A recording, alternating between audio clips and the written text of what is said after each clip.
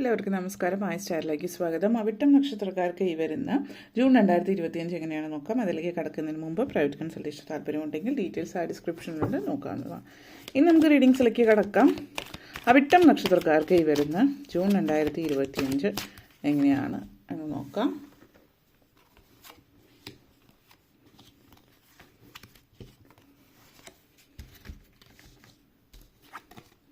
King of Pentacles, Ace of Wands, Five of Wands, Three of Pentacles, Ace of Pentacles, Wheel of Fortune energy connections. നിങ്ങളെ സംബന്ധിച്ചിടത്തോളം വളരെ സൗഭാഗ്യകരമായിട്ടുള്ളൊരു മാസമാണെന്ന് പറയാം June മാസം. King of pentacles and eight of pentacles energy connections ആണ്. അതായത് പല കാര്യങ്ങളെ സംബന്ധിച്ചിടത്തോളം സാമ്പത്തികമായിട്ടുള്ള നേട്ടങ്ങൾ കൂടുതലുള്ള ഒരു സമയമാണ്. അപ്പോൾ സാമ്പത്തിക നേട്ടം എന്ന് പറയുമ്പോൾ ഒരു രീതിയിലൂടെ മാത്രമായിരിക്കും. അതായത് നിങ്ങൾക്കൊരു ജോലി ഉണ്ടാവും, ജോലിയിൽ നിന്ന് വരുമാനം, ബിസിനസ് സ്റ്റാർട്ട് ചെയ്യാൻ ചാൻസസ് ഉണ്ട്. ഇപ്പോൾ നിങ്ങൾ ചിന്തിച്ചിട്ട് പോലും ഉണ്ടാവില്ല, പക്ഷേ പെട്ടെന്നായിരിക്കും 2 ആഴ്ചയ്ക്കുള്ളിൽ നിങ്ങളിങ്ങനെ സാധ്യതകൾ വരുന്നു. ഇതുവരെ അത് ചിന്തിക്കാത്ത ഒരാൾ അങ്ങനെ അതിലേക്ക് ഇറങ്ങാമെന്ന് ചിന്തിക്കുന്നുണ്ടാവാം. അല്ലെങ്കിൽ മറ്റ് വഴികളിലൂടെ വരുമാനം ഉണ്ടാകുന്നുണ്ട്. നിങ്ങൾക്ക് ചിലപ്പോൾ ഒരു യൂട്യൂബ് ചാനൽ ഉണ്ടാവാം, അത് മോണിറ്റൈസ് ചെയ്യുന്നതായിരിക്കാം. അല്ലെങ്കിൽ എന്തെങ്കിലും തരത്തിൽ വരുമാനം ഉണ്ടാകാനുള്ള സാധ്യത. നിങ്ങൾ ചെയ്യുന്ന എന്തെങ്കിലും ഒരു കാര്യം, നിങ്ങൾ ഹോബിയായിട്ട് ചെയ്യുന്ന ഒരു കാര്യമായിരിക്കാം, അത് നിങ്ങൾ ചിലപ്പോൾ പ്രതീക്ഷിച്ചിട്ടുണ്ടാവില്ല അതൊരു വരുമാന മാർഗമാകും ഭാവിയിൽ എന്നുള്ളത്. അപ്പോൾ നിങ്ങൾ ചിലപ്പോൾ ചെയ്ത് അങ്ങനെ എന്തെങ്കിലും വർക്ക് ഒരാൾക്ക് ഇഷ്ടപ്പെടുകയും അപ്പോൾ അവർ ഇത് നല്ല രീതിയിലാണ്, ഇതുപോലെ ഇനി ചെയ്തു തരാൻ പറ്റുമോ, അതായത് പൈസ തന്നാൽ ചെയ്തു തരാൻ പറ്റുമോ എന്നുള്ള രീതിയിൽ ഇങ്ങോട്ടേക്ക് ചോദിക്കുന്നുണ്ടാവാം. അപ്പോൾ നിങ്ങൾ തീർച്ചയായിട്ടും അത് നിങ്ങൾക്ക് ഇഷ്ടമുള്ളൊരു കാര്യവുമാണ്, മാത്രമല്ല അതിൽ നിന്നൊരു സമ്പാദ്യവും ലഭിക്കുന്നുണ്ട്. അപ്പോൾ അങ്ങനെ ഒരു രീതിയിലേക്ക് പോകാനുള്ള ചാൻസ് ഈ ഒരു മാസം സൂചിപ്പിക്കുന്നു. ഫസ്റ്റ് സ്റ്റെപ്പ് എടുക്കേണ്ടുന്ന ഒരു താമസം മാത്രമേ ഉള്ളൂ. അപ്പോൾ നിങ്ങളിപ്പോൾ ചില കാര്യങ്ങൾ ഫസ്റ്റ് സ്റ്റെപ്പ് എടുക്കുന്ന സമയമാണ്, അതേപോലെ ചില കാര്യങ്ങളുടെ പര്യവസാനവുമാണ്. അപ്പം പര്യവസാനം എന്ന് പറഞ്ഞാൽ പോസിറ്റീവായിട്ടുള്ള രീതിയിൽ, അതായത് ഇപ്പോൾ എന്തെങ്കിലും പ്രോജക്റ്റ് ഒക്കെ എടുത്തിട്ടുള്ളവരാണെങ്കിൽ പ്രോജക്റ്റ് കംപ്ലീറ്റ് ചെയ്യാൻ ഇതുവരെ പറ്റിയിട്ടില്ല. അപ്പോൾ അങ്ങനെ വരുമ്പോൾ പ്രോജക്റ്റ് കംപ്ലീറ്റ് ചെയ്യുന്നതും അതിനുള്ള തൃപ്തിയും കാര്യങ്ങളൊക്കെ നിങ്ങളെ സംബന്ധിച്ചിടത്തോളം സൂചിപ്പിക്കുന്നുണ്ട്. അതേപോലെ തന്നെ ഒത്തിരി പോസിറ്റീവായിട്ടുള്ളൊരു എനർജി ഒരു സമയത്ത് സൂചിപ്പിക്കുന്നുണ്ട്. നിങ്ങളെ സംബന്ധിച്ചിടത്തോളം നിങ്ങൾ ഒത്തിരി ഹാപ്പി ആയിരിക്കുന്ന ഒരു സമയം കൂടിയിട്ടാണ് സമയം. ജീവിതത്തിൽ നിങ്ങൾ പ്രതീക്ഷിച്ച പല കാര്യങ്ങളും നേടുന്നതിൻ്റെ ഒരു തൃപ്തി കാണിക്കുന്നു എന്നുള്ളത്. പലരും അതായത് ഒരു ദാരിദ്ര്യം അല്ലെങ്കിൽ ആ ഒരു രീതിയിൽ നിങ്ങൾ ആഗ്രഹിച്ച ചില ഭക്ഷണങ്ങൾ പോലും നിങ്ങൾ ആഗ്രഹിച്ചത് നിങ്ങൾക്ക് കഴിക്കാൻ പറ്റിയെന്ന് വരില്ല, അത് സാമ്പത്തിക പ്രശ്നങ്ങളുള്ളത് കൊണ്ട്. അപ്പോൾ ആ ഒരു രീതിയിൽ പലതും മാറ്റിവെക്കേണ്ടി വന്നിട്ടുള്ള അവസ്ഥയിൽ നിന്ന് ഈ ഒരു അവസ്ഥയിലേക്ക് വരുന്ന സമയമാണ്. അപ്പോൾ ചില ആളുകൾക്ക് നിങ്ങൾക്കൊരു ജോലി ലഭിക്കുന്നതാവാതെ ഓരോരുത്തരുടെയും സാഹചര്യം വ്യത്യാസമാണ്. അപ്പോൾ എല്ലാവരിലും ഒരുപോലെ ആണെന്നില്ല.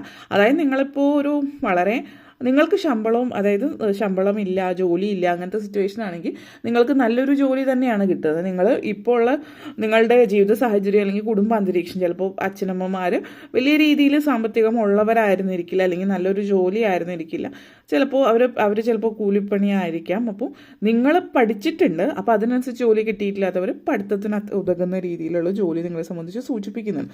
നിങ്ങൾ ഫോക്കസ് ചെയ്യാൻ തുടങ്ങുകയാണ് ഇന്ന കാര്യം എന്നുള്ള രീതിയിൽ. അതേപോലെ തന്നെ is of wands and three of pentacles എനർജിയാണ്.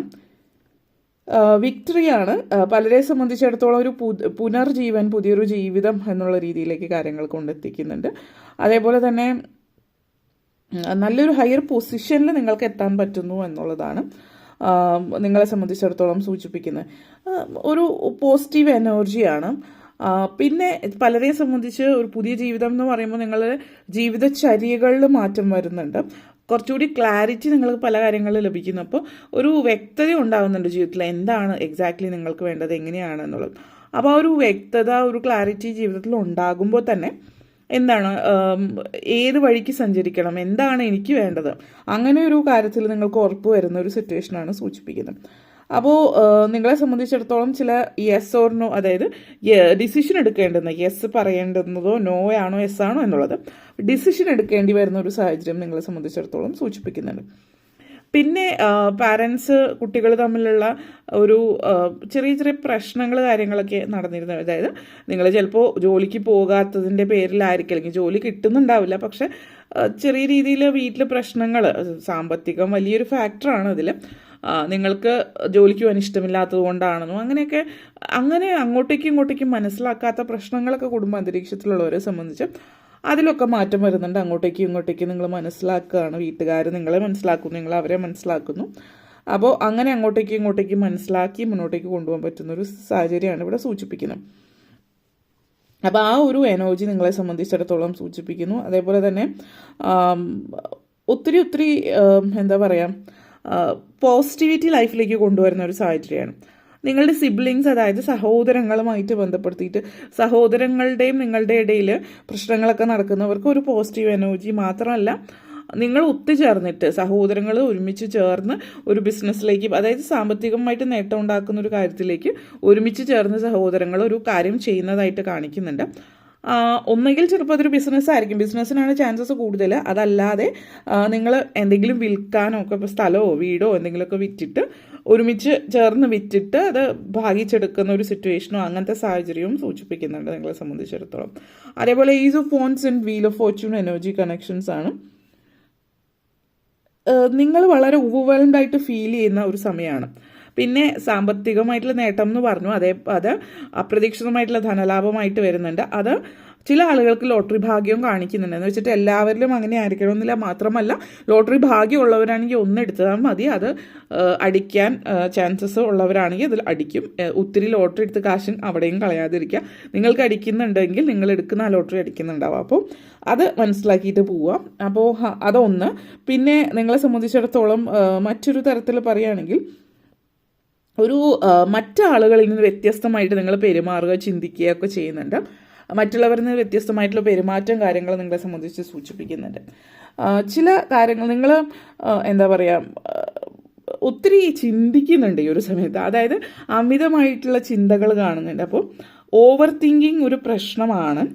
അപ്പോൾ ഓവറായിട്ട് തിങ്ക് ചെയ്യാതിരിക്കുക എന്നുള്ളതാണ്. കാരണം ഇവിടെ ഒത്തിരി അവസരങ്ങൾ നിങ്ങൾക്ക് വരുന്നുണ്ട്. അപ്പോൾ നിങ്ങളെ സംബന്ധിച്ചിടത്തോളം എന്താണ്, ഇതിനു മുമ്പ് ഒരിക്കലും ഇങ്ങനെയൊന്നും അവസരം കിട്ടിയിട്ടില്ല. അപ്പോൾ നിങ്ങൾക്ക് മൊത്തം സംശയമാണ്, ഇത് ശരിയാണോ, ഇത് സത്യമാണോ, too good to be true എന്നൊക്കെ നമ്മൾ പറയില്ലേ, ആ ഒരു രീതിയിൽ നിങ്ങൾ ചിന്തിക്കുകയാണ്. ഇതിന് എടുക്കണോ, എന്തെങ്കിലും ഒരു ഡിസിഷൻ എടുക്കുമ്പോൾ ഇത് വേണോ, ഇത് ശരിയാണോ, വിശ്വസിക്കാമോ, അങ്ങനെയുള്ള ചിന്തകൾ.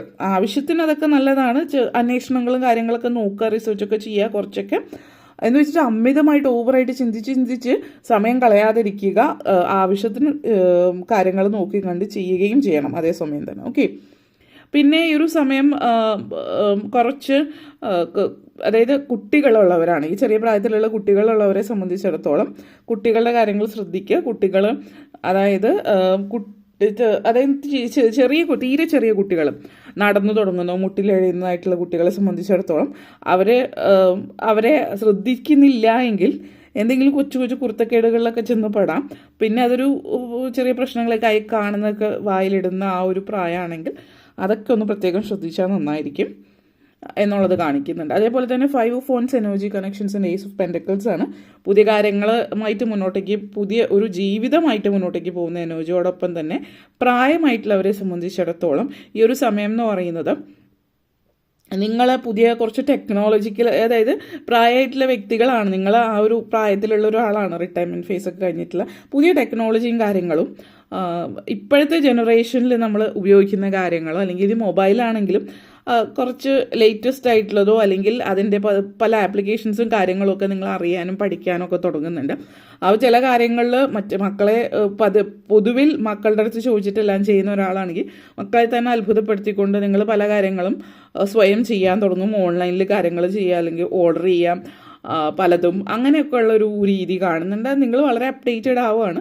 ഒരു സമയത്ത് നിങ്ങൾ ജോലി കാര്യങ്ങളൊക്കെ കൊണ്ട് നിങ്ങൾക്ക് ഒന്നിനും സമയം ഉണ്ടായി കാണില്ല, പക്ഷെ ഇപ്പോൾ നിങ്ങൾക്ക് ഇഷ്ടംപോലെ സമയമുണ്ട്. അപ്പോൾ ജീവിതം ആസ്വദിക്കുകയാണ് എന്ന് പറയാം. അങ്ങനത്തെ ഒരു എനർജിയാണ്. വീട്ടമ്മമാരെ സംബന്ധിച്ചിടത്തോളം ഈ ഒരു സമയം എന്ന് പറയുന്നത് ഈ പറഞ്ഞ പോലെ ഫാമിലി ആയിട്ട് നല്ല സമയം ചിലവഴിക്കാൻ പറ്റുന്നൊരു സിറ്റുവേഷനാണ്. ഇവിടെ എടുത്ത് പറയാനുള്ള മറ്റൊരു കാര്യം എന്ന് പറഞ്ഞാൽ ബന്ധങ്ങൾ റിലേറ്റീവ്സ് നല്ലതാണ്, പക്ഷേ ഒരു പരിധിയിൽ കഴിഞ്ഞ് നിങ്ങളുടെ കുടുംബകാര്യങ്ങളിൽ ഇടപെടാൻ ബന്ധുക്കൾക്ക് അനുവാദം കൊടുക്കാതിരിക്കുക.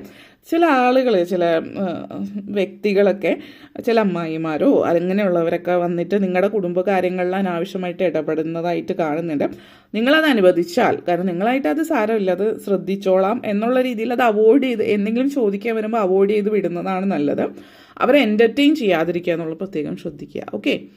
അപ്പോൾ ഇത്രയും കാര്യങ്ങളാണ് പറയാനുണ്ടായിരുന്നത്. നിങ്ങൾക്ക് ഈ വീഡിയോ ഇഷ്ടപ്പെട്ടുവെങ്കിൽ ലൈക്ക് ചെയ്യാനും ഷെയർ ചെയ്യാനും കമൻറ്റ് ചെയ്യാനും സബ്സ്ക്രൈബ് ചെയ്യാനും മറക്കരുത്.